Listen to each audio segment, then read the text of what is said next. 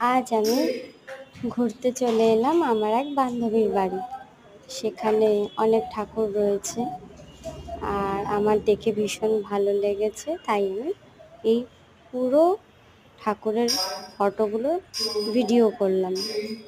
Video করার পর ছাড়লাম, দেখবে সবাই কেমন লাগছে না লাগছে, জানাবে কেমন লাগছে। আমার তো ভীষণ ভালো লেগেছে। কত সুন্দর ঠাকুর দেখো চারিদিকে। সাই বাবা রয়েছে, বাবা মহাদেব রয়েছে, রাধাকৃষ্ণ রয়েছে, জগন্নাথ, বলরাম, সুভদ্রা মা রয়েছে, লোকনাথ বাবা রয়েছে, অনেক ঠাকুর রয়েছে। আমি অনেকজনের নাম নিলাম না, বাট দেখো, দেখলে তোমাদেরও ভালো লাগবে।